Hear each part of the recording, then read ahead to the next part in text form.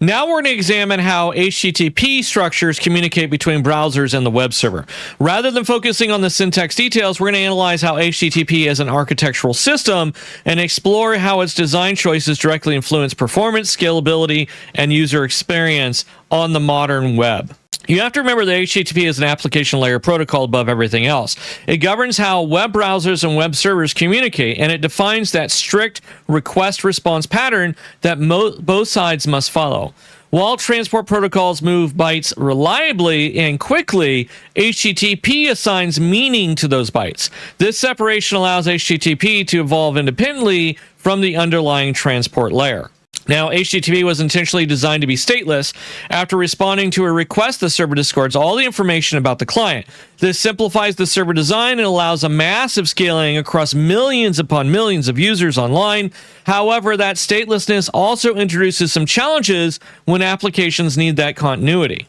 A single web page is not a single file, but a collection of objects such as HTML, images, scripts, and style sheets. If you've ever been on Yahoo or Google, you know exactly what I'm talking about, right? It's not a single one and done. We're talking about a majority of sites being a massive collaboration of different objects. And these objects can be distributed across multiple servers, meaning that the image that you see on the top right can be completely different than the image on the top bottom left, and they come from different servers associated with it, as well as content providers. As a result, loading a page involves many separate HTTP interactions. It's not just one communication to the server. You're actually communicating with a lot of different servers, especially on something like Yahoo.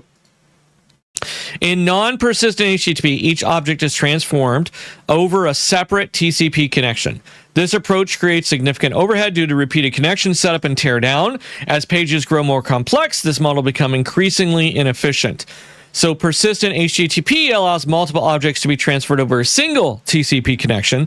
By reusing the connection, we can set up overhead to reduce, and latency is also decreased. This changes significantly improved web performance without altering the HTTP's core semantics.